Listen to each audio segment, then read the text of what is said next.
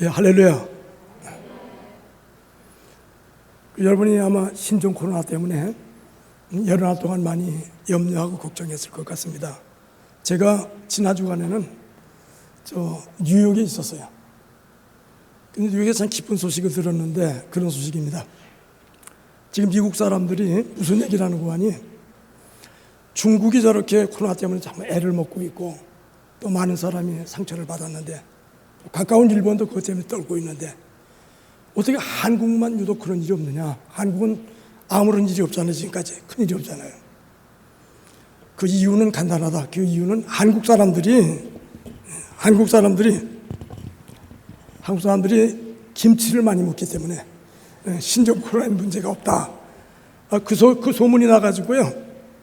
지금 미국의 김치가 아주 동이 났다고 합니다. 그래서 한국에는 참 기쁜 소식이로구나 그런 생각을 했는데 아마 이번에 우리 목사님 또 성지순례 갔다 오시면 아마 좋은 소식을 많이 가지고 오시라고 믿습니다. 그래서 목사님 위해서 기도 많이 해주시고 또 여러분 좋은 소식을 기다리시길 바랍니다. 오늘 아침은 요한복음 16장 5절부터 11절까지 나오는 말씀을 중심으로 해서 우리가 성령이 오시면 그런 제목으로 말씀을 드리려고 생각합니다. 여러분 예수 그리스도가 가신 후에 성령이 오셨으니까 다 성령 오신 건 알지만은 정말 성령이 오시면 좀 더 구체적으로 말하면 우리가 성령을 받으면 우리에게 어떤 일이 일어나는가 그런 문제를 중심으로 잠깐 말씀을 나누려고 생각하는 것입니다. 아주 오래전의 일인데 우리 교회 안 집사님이라고 하는 젊은 집사님이 계셨어요. 그분이 우리 청년부에서 잘 자랐어요. 대학을 졸업하고 우리 성가대원으로 참 열심히 봉사를 했습니다. 그러다가 시집을 아주 잘 갔어요. 공군 장교한테 시집을 가서 어디까지 갔냐? 저 대전까지 내려갔어요. 그 대전 가서 한 1년 후에 서울을 올라와서 그래서 모처럼 우리 등마루교회 참석을 했어요. 얼마나 반가워요. 그래서 가서 신혼생활을 잘 했는지 정말 시집가서 별일 없이 잘 했는지 그런 문제 서로 이야기를 주고받았습니다. 근데 그런 이야기를 주고받는 중에 갑자기 느닷없이 이렇게 질문을 해요. 목사님, 제가 언제 거듭났습니까? 자꾸 그래요. 갑자기 그 질문에 저도 좀 당황스러웠죠. 그래서 아니 갑자기 왜 그 질문을 하냐 이렇게 물었더니 이렇게 얘기를 합니다. 자기가 시집을 가서 사는데 그 이웃에 아주 열심히 있는 어떤 그 크리스찬 한 분이 아주머니 한 분이 사시는데 그분이 아주 친절하고 명랑한 분이래요. 그래서 여러 가지 이야기를 주고받는데 아마 자기 전도하려고 그랬는지 모르지만 와서 그러더래요. 세대 교회 나가본 일이 있습니까? 그러더래요. 그래서 그러면요 저는 등마루교회 성가대원이었고요 그 집사까지 했어요. 그랬더니 그러냐고 정말 반갑다고. 그래서 두 분이 손을 맞잡고 참 반가워해서 그런데 손을 맞잡고 정색을 하고 물었습니다. 그런데 세댁은 언제 거듭났어? 그러고 묻더래요. 이 소리에 그냥 질려버렸어요. 왜 그런가 하니 가만히 생각을 해보니까 자기 거듭난 날이 전혀 모르겠더래. 캄캄하더래. 캄캄해서 나는 거듭난 것 같은 거 모른다고 그랬더니 아이고 세댁 오늘 교회가 그게 문제야. 우리 교회는 말이야 주일학교 학생도 다 자기 거듭난 날은 알아. 근데 어떤 교회를 나갔길래 자기 거듭난 날 여태까지 모르고 있어. 집사가 돼가지고. 그 말 듣고 그만 이분이 그때부터 시험에 들었어. 집에 와서 아무리 연구를 해봐도 자기 거듭난을 모르겠더래. 여러분 거듭난 날 알고 있어요? 한번 내가 손 들어보라고 이렇게 얘기하고 싶은데 확인될까봐 겁나서 얘기 안 하겠어요. 얘기 안 하려고 그래요. 그래서 그 사람들 결심을 했는데 내가 이번에 서울 올라가면 내가 등마루교회 현 목사님 찾아가서 내가 기 따질 테다. 아니 내가 등마루교회 하루 이틀 나간 게 아니고 10수년 이상을 나갔는데 성가대원도 집사까지 했는데 여태까지 내 거듭난 날을 못 가르쳐줬다. 이게 문제다 이거죠. 그러니까 가서 따지겠다 그래서 이번 아주 큰 맘 먹고 왔다는 거예요. 여러분, 그 사람이 누군가 그러면 그 사람이 우리가 잘 아는 구원파 교회를 나가는 특수한 교회를 나가는 그런 교인이었습니다. 대개적으로 아웃사이드에 있는 교회들이 사람들을 유인할 때 그렇게 특별한 질문을 해요. 여러분 언제 거듭났습니까? 그렇게 질문하면 그건 안 집사님의 문제가 아니고 여러분도 그런 문제를 가지고 있을 것 같아. 네, 여러분 중에 심지어 권사님 장로님까지도 언제 거듭났습니까? 그러면 깜깜한 거예요. 언제 거듭났는지 알 수가 없어. 그래서 상당히 고민을 하게 되는 경우를 볼 수가 있죠. 그래서 사람들이 그때부터 방황하기 시작을 해. 아하, 내가 교회 선택을 잘못했구나. 그래서 진짜 내가 이런 거 가르치는 교회 가야지. 그래서 그때부터 방황하기 시작하는 것을 알 수가 있습니다.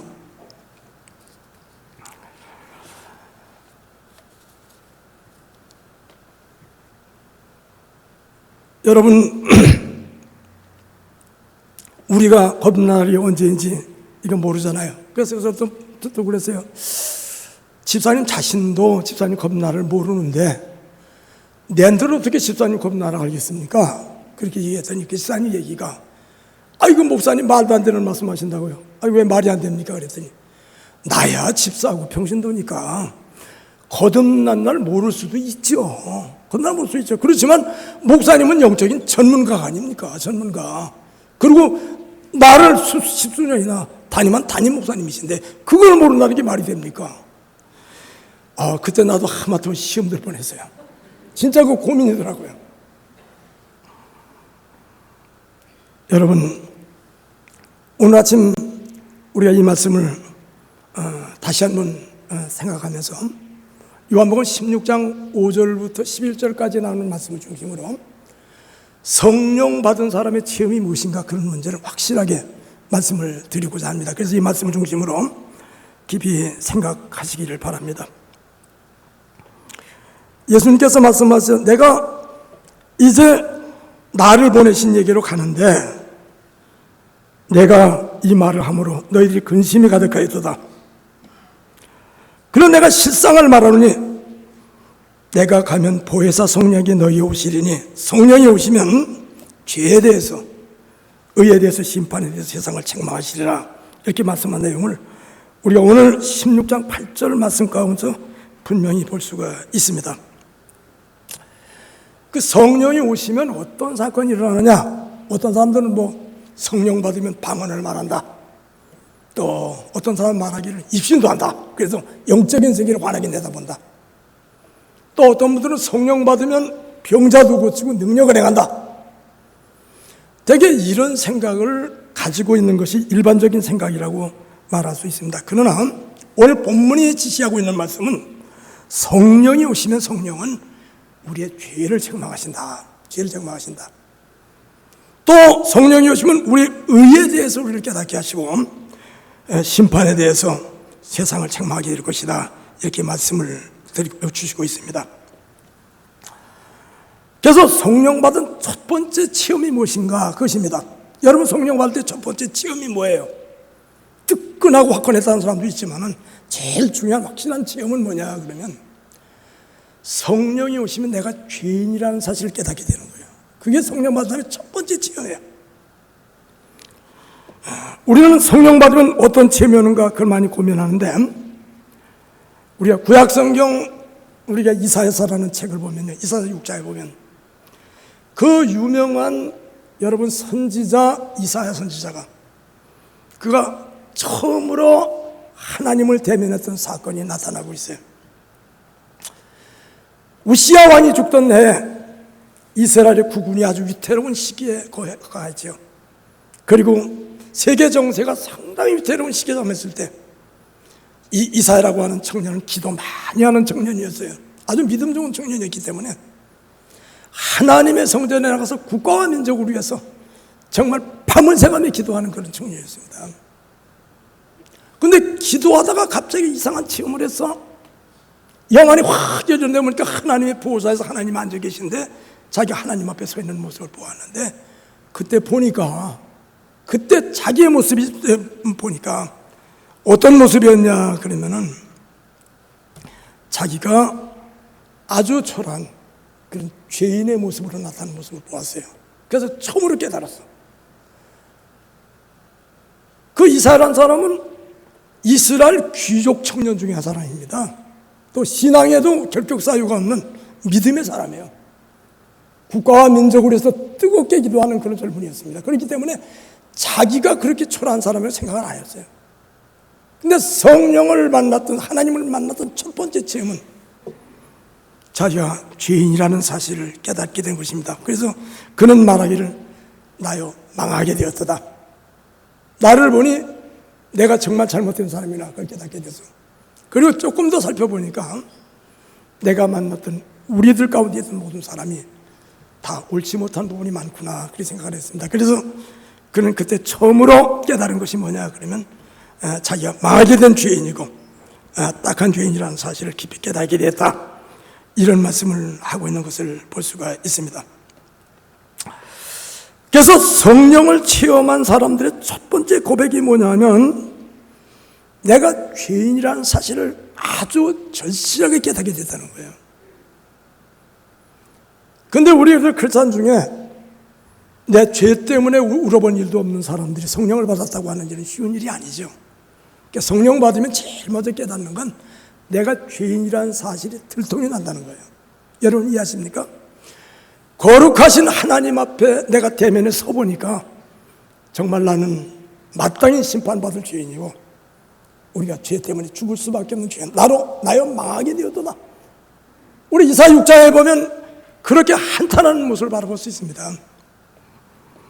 그때 하나님이 그에게 천사를 보내서 그의 입술의 부정함을 처리했다 그랬어요.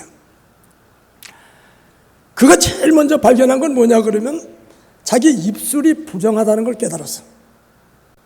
그는 생각하기를 나처럼 세상에 정직한 사람이 있나? 나처럼 국가와 민족을 위해서 바른 말하는 사람이 있나? 그렇게 자부하고 살았는데 자기 입이 이렇게 형편없는 입이라는 걸 처음 알았어요.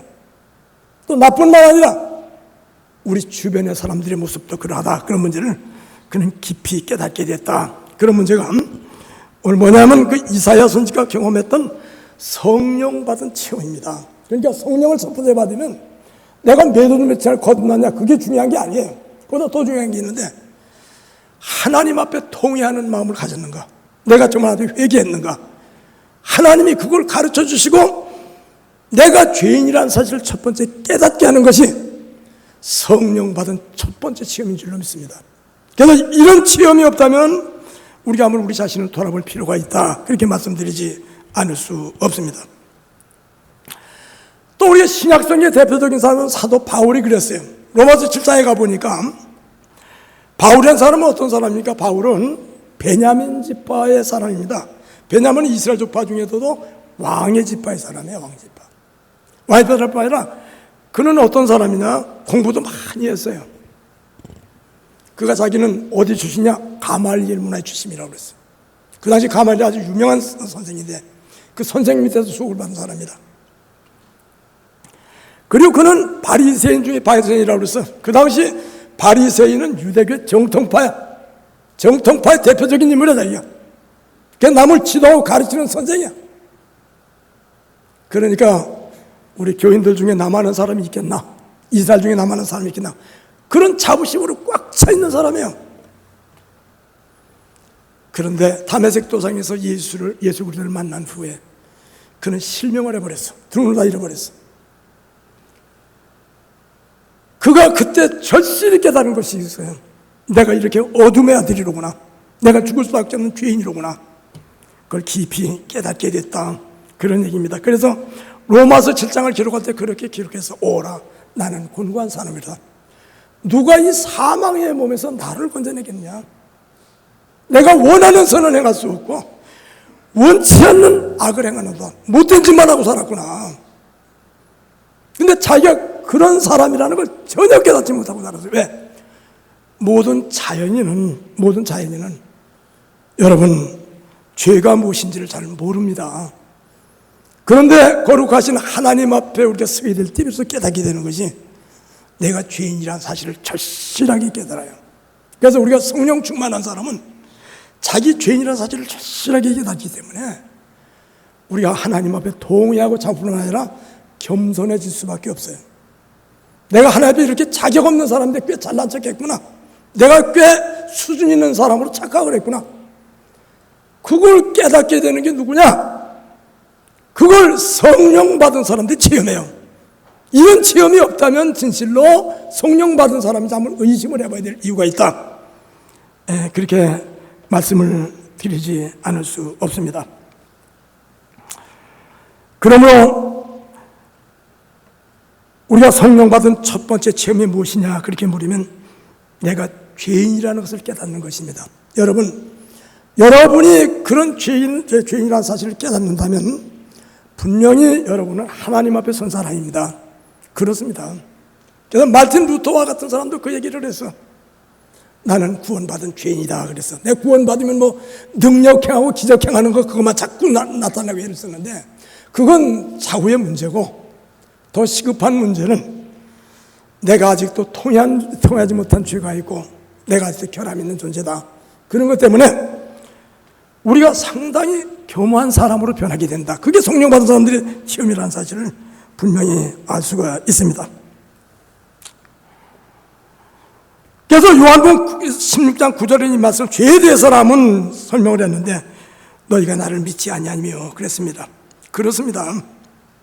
모든 자연인은요 그 마음속에 하나님 두기를 싫어한다고 그랬어요. 불신자들은 하나님 두는 걸 싫어해요. 귀찮아요. 가끔 그러다가 하나님 없었으면 좋겠다 그러면 많잖아요. 그건 내 마음대로 하게 술도 내 마음껏 퍼마시고 죄도 마음껏 짓고 그럴 텐데 하나님 앞에 내다보고 계시는 것에 하나님 없었으면 좋겠다. 근데 로마서 1장 28절 말했어. 우리가 자연인 불신자들은 마음에 하나님을 싫어하는 마음을 가지고 있다. 그래서 두기를 싫어하는 마음을 가지고 있다. 그렇습니다. 성령이 내게 오시면 내 속에 아직도 하나님께 저항하는 마음이 남아있다는 사실을 알게 되고 내가 아직도 하나님 앞에 상당히 부끄러운 존재라는 사실을 깊이 깨닫게 된다. 이게 성령 받은 사람의 절대적인 체험입니다. 이런 건 뭐 변할 수가 없는 중대한 문제다. 그런 점을 기억합니다. 그래서 우리가 성경에 보면 예수님을 만난 사람이 하나님을 만난 사람들이 하는 고백이 뭐예요? 주여 나를 떠나소서 나는 죄인이로소이다. 항상 그 얘기하잖아요. 나는 죄인이로소이다. 여러분 그런 심정이 누가 주시는 마음이냐? 성령께서 우리에게 주시는 중대한 마음인데 이런 거 다 제쳐놓고 자꾸 능력받고 기적행하고 대단한 영으로 부각되는 걸 원하는 게 우리 사람들의 욕구예요. 잘못된다는 사실을 우리가 아직 성경은 그렇게 가르치지 않고 있다는 것입니다. 그래서 자기의 죄 때문에 울어본 일이 없는 사람은 우리가 참 크리스찬으로 얘기하기 쉽지 않다. 한번 자기를 점검해 볼 중요한 필요가 있다. 그러면서 예수님 말씀하시기를 죄에 대해서 하라면 저희가 나를 믿지 아니함이라. 그렇습니다. 하나님을 믿지 않으면 모든 것들이 이렇게 죄로 통하게 된다. 그런 문제를 알 수 있게 됩니다. 두 번째 우리가 성령을 받으면 어떤 일이 나타나는가? 의에 대해서 깨닫게 된다는 것이에요. 의에 대해서. 성령은 우리 죄를 책망할 뿐만 아니라 성령이 오시면 우리 의가 무엇인지를 정확하게 깨닫게 하세요. 우리는 모두 다 의를 주장하며 살잖아요. 그리고 나는 의롭다고 스스로 자부하며 사는 게 우리의 모습이라고 말할 수 있습니다. 그런데 요한복음 16장 10절에 가면 이렇게 말했어요. 의에 대해서라면 내가 아버지께로 가니 너희가 나를 다시 보지 못함이라. 얘기했으면 참 이상한 말이에요. 의라 하면 내가 아버지께로 가니 저희가 나를 보지 못함이라 그랬어요. 이 말씀이 무슨 말씀입니까? 예수 그리스도가 이 땅에 오셔서 십자가를 지시고 하나님께로 돌아가는 사건은 왜냐? 이 땅에 죄에 떨어진 인류를 구원한 유일한 의예요. 그 방법밖에는 사람이 구원할 수 없기 때문에 그래요. 아무리 훌륭한 도덕군자도 아무리 의로운 사상가도 하나님 앞에 의롭다고 하시는 사람은 아무도 없어요. 우리가 시궁창같이 더러워진 내 심령이 하나님의 거룩한 영 앞에 서게 되면 제일 먼저 나타나는 게 뭐냐? 내가 죄인이라는 걸 알게 되고 그 다음에 도대체 어떻게 살아야 이렇게 사는지를 알지 못하게 되기 때문에 그것 때문에 묻습니다. 어떻게 하나님 뜻대로 살 수 있습니까? 그런 질문을 하게 되는 것을 볼 수가 있어요. 사람은 일상생활 속에서 의를 상당히 중요시해요. 부부싸움을 할 때도 그래. 부부싸움을 할 때도 의 때문에 싸우는 거예요. 아내들이 남편 보고 당신은 밤낮 하는 일이 그 꼴이야. 당신은 의롭지 못해. 내가 하는 일이 옳아. 그래서 싸우는 거 아니야, 아내들이? 또 남편도 그렇지. 자기는 뭐 생각하는 게 뭐 옳다고. 그 꼴이 그 꼴인데.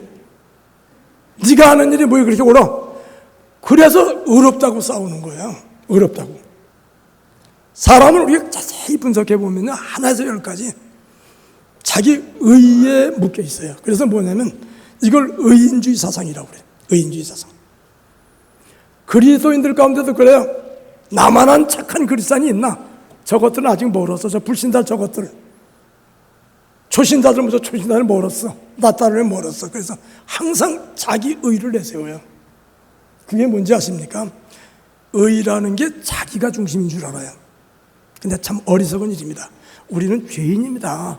상당히 부족한 점이 많습니다. 그런 점을 분명히 깨달을 수 있습니다. 어떤 사람은 의정단상에서 집회석상에서 내가 하는 일만이 이 나라의 애국이고 내가 하는 일만이 이 나라를 살리는 일인데 저것들이 하는 일은 다 틀렸습니다. 그래서 야당은 여당을 욕하고 여당은 야당을 욕하고 그래요. 근데 과연 그들이 진정한 의를 알까? 진정한 의를 모를 수 있습니다.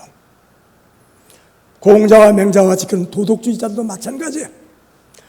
나는 양심에 하자 없이 살았으니까 내가 하나님께 무슨 결함이 있겠냐? 그리고 자기 양심을 엄청나게 내세웁니다. 이런 도덕군자들의 사상 가운데도 우리가 다시 우리 양심이다 정말로 의로운지 생각해 보세요. 한참 생각하면 이게 내 양심이 옳은지 그런지 잘 알 수 없을 때가 많이 있어요. 그렇습니다. 제가 오래전에 학생 때 한국 아카데미 하우스에서 유명한 한국의 철학자, 신학자, 윤리학자들이 다 모여서 사회 정의에 대해서 세미나가 있었습니다. 뭐 한국에 하여튼 이름 있는 그 유명한 학자 다 모였어요 그때. 그래서 그날 아주 세미나에 참 좋은 재료들이 많이 나왔고 또 그 자료가 아깝기 때문에 그걸 어떤 분이 다 이렇게 편집을 해서 책을 썼어요. 그 책을 쓰고 그 책의 제목이 뭐냐 그러면 정의의 철학이라 그렇게 썼어요. 혹시 시중에 지금도 그런 책이 있는지 모르겠는데 혹 찾아볼 수 있으면 꼭 읽어보세요. 정의가 뭐다. 그래서 아주 내노라는 학자들이 엄청난 정의를 많이 했습니다. 근데 그 책을 다 편집하고 그리고 출판한 분이 거기에 마지막 편집 후기를 썼어.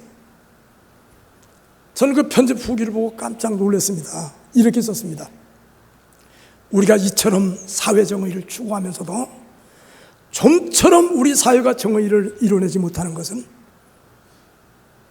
아직도 우리가 정의가 무엇인지를 알지 못하기 때문이라 그랬어요. 알지 못하기 때문이라.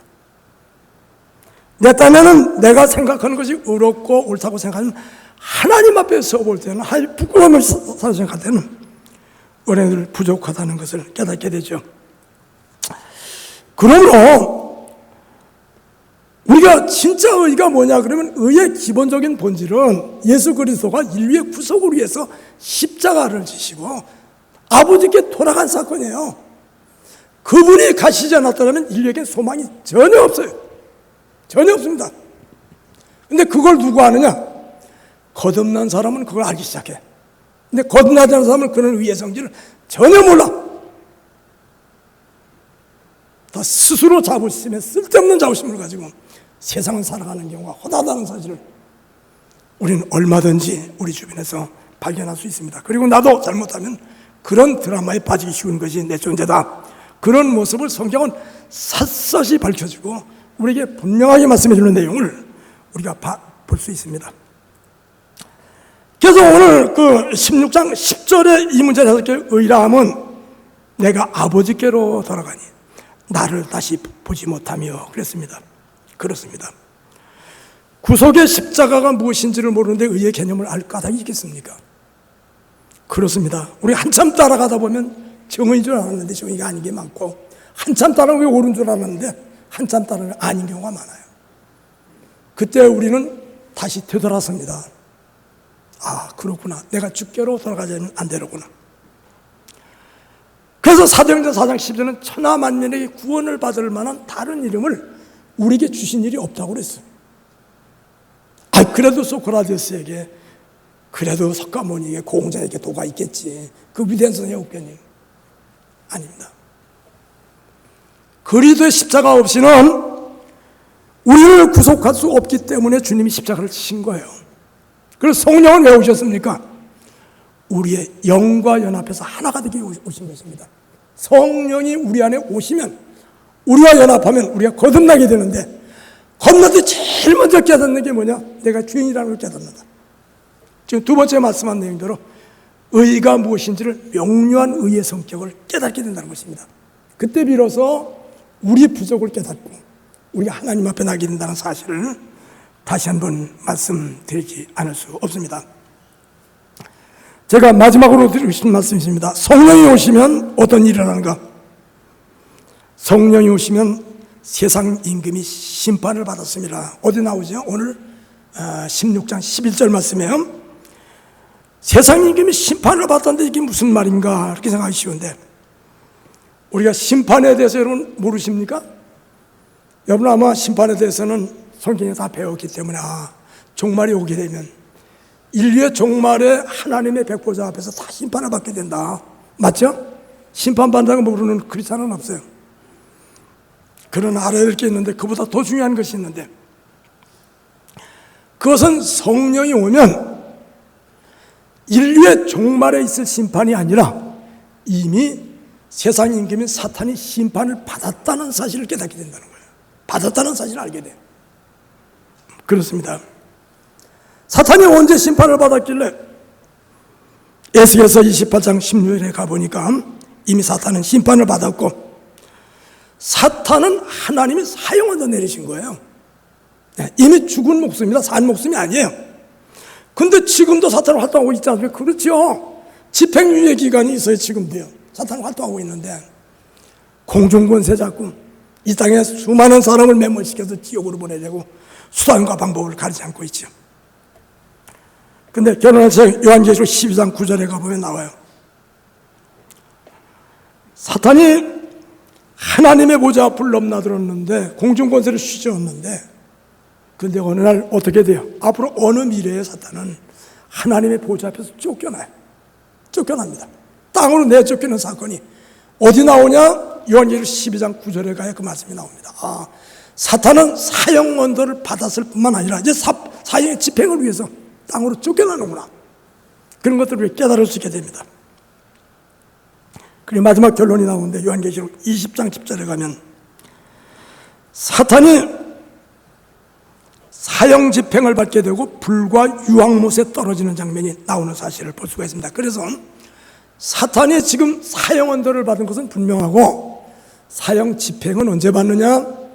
마지막 때 주님 재림하시면 이런 사건이라는 것이다. 그런 문제를 성경은 확실하게 가르쳐주고 있는 것들을 볼 수가 있어요. 제가 군대 생활할 때 헌병대에서 군대 생활을 했어요. 헌병대. 여러분, 제가 헌병 닮지 않았습니까? 키도 크고 뭐 그렇듯하지 않아요? 아니요. 헌병 가운데 제가 키가 제일 적었어요. 지금은 뭐 헌병대 자기가, 그때는 키들이 작았기 때문에 키가 1m 65가 헌병의 커트라인이야. 근데 나는 키가 얼마냐? 1m 65야. 내가 5mm만 떨어졌어도 나는 헌병 못하는 거야. 헌병 교육을 받는데 아주 심하게 훈련을 받았는데, 남한사선 가서 훈련을 받았거든요. 근데 거기는 육군 교도소가 있어. 근데 그 교도소에 가면 뭘 배우냐면 영창 관리하는 방법을 배워. 헌병은 뭐 교통정리도 하지만 영창 관리를 해야 되니까. 근데 거기 침침한 구석에는요, 교도소 안에는요, 그 당시에 사형언도를 받은 사람들이 있더라고요. 그런 사람들이 그 영창 안에 몇 사람 갇혀 있는데, 근데 이게 또 군대는 또 이상해. 학교를 가면 줄을 세울 때 언제나 작은 아이들을 앞에 세우고 큰 사람은 뒤에 세워요. 근데 군대는 거꾸로 세워. 키 큰 사람이 앞에 서고 키 작은 사람이 제일 뒤에 가. 제가 앞에 갔겠어요? 뒤에 갔겠어요? 뻔할 뻔이지. 제일 마지막에 따라갔어요.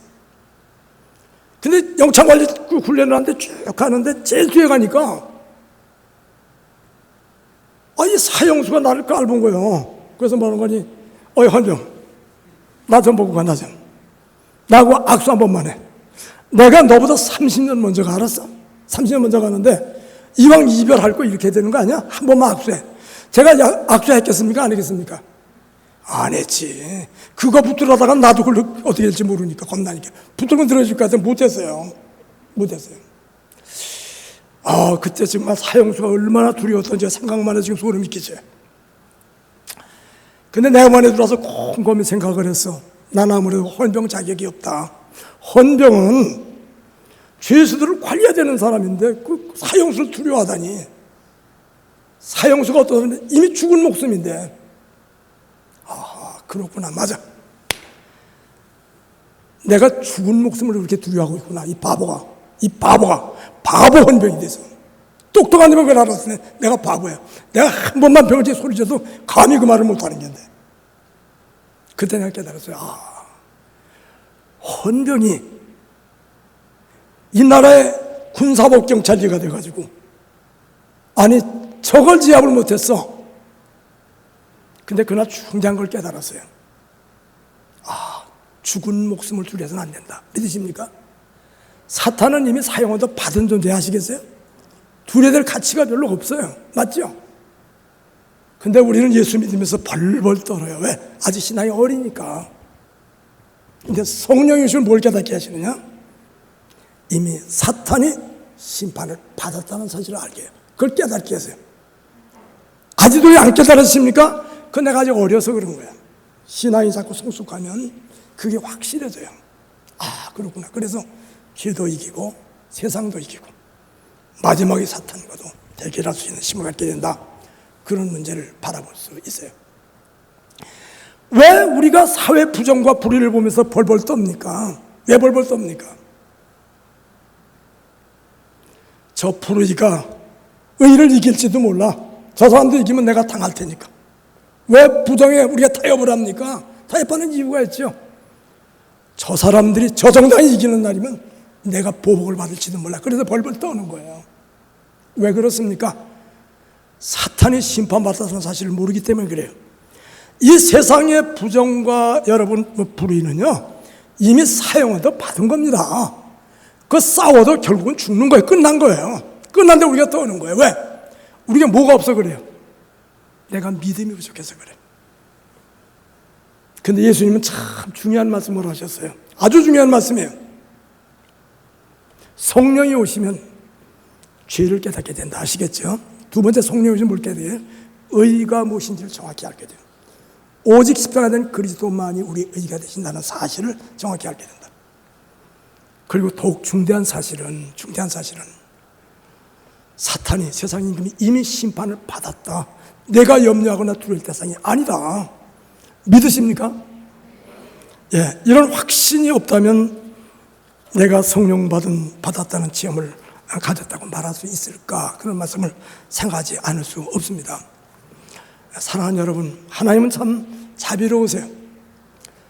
우리가 그냥 믿는 날이 확 왔으면 좋겠는데 한꺼번에 나오는 게 아니에요.